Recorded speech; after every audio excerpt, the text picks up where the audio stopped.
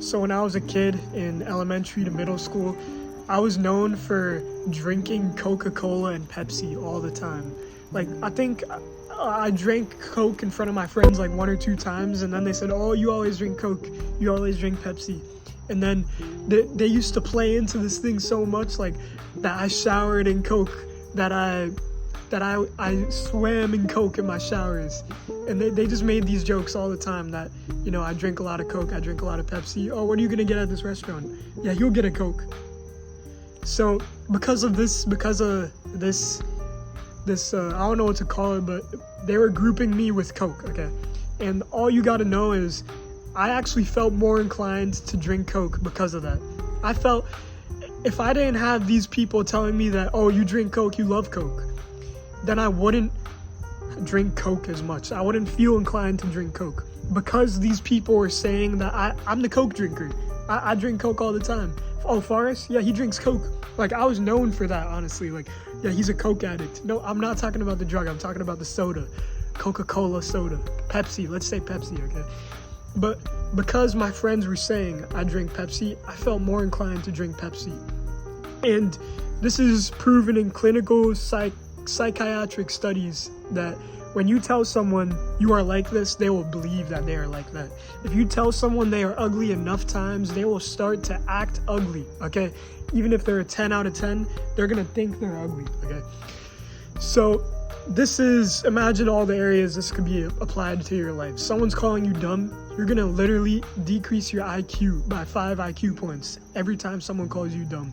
Maybe not like what I just said, but you will start being dumber after you keep accepting the fact that other people are calling you dumb. What you have to do, and maybe you're calling yourself dumb. A lot of people, I know this guy in my math class, when he gets a question wrong, when he doesn't understand something, he says, "I'm stupid." You're not stupid, you just don't get it yet. That's what you gotta say. That's how you gotta use your vocabulary to your advantage. We self-destruct ourselves with our vocabulary. We put ourselves into these groups, these positive feedback groups. We say, "I'm stupid." We say, "I'm a failure." And then that pushes us in the future to further act like a failure. Saying you're a failure will make you more likely to be a failure in the next 2 hours, the next day, the next week, because you feel more inclined to fit that stereotype that you gave yourself, okay? So now, the main way you combat this is by using your vocabulary to your advantage. Instead of saying "I'm a failure," say "I don't get it yet, but I'm learning."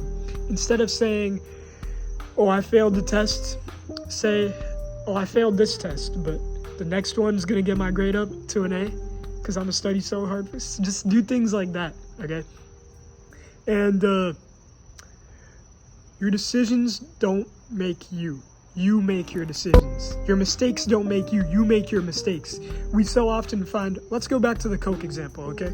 So I was known as the Coke guy, and that gave me a positive feedback loop to keep ordering Coke whenever I'm out with my friends, to keep drinking Coke for the rest of my life.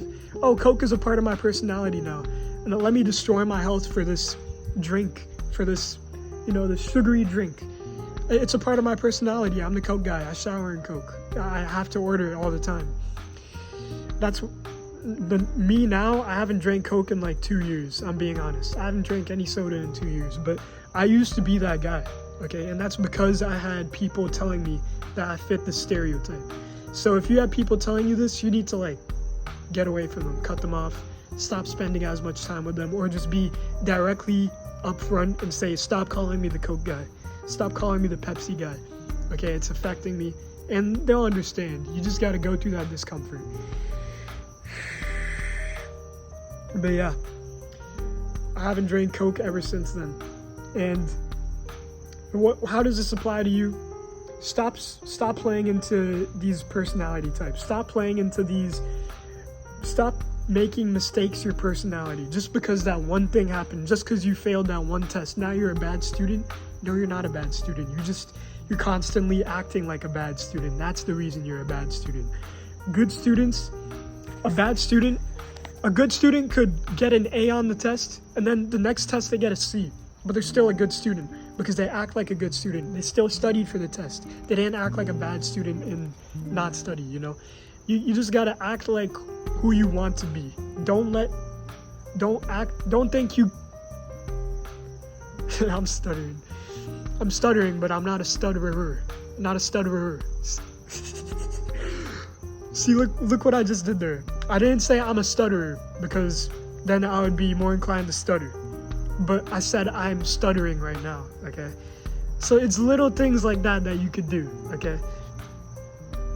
My name is Faris Faisal. I'm out. Alter your vocabulary. That's the main message you should get from this video. And subscribe, follow the Instagram, think big.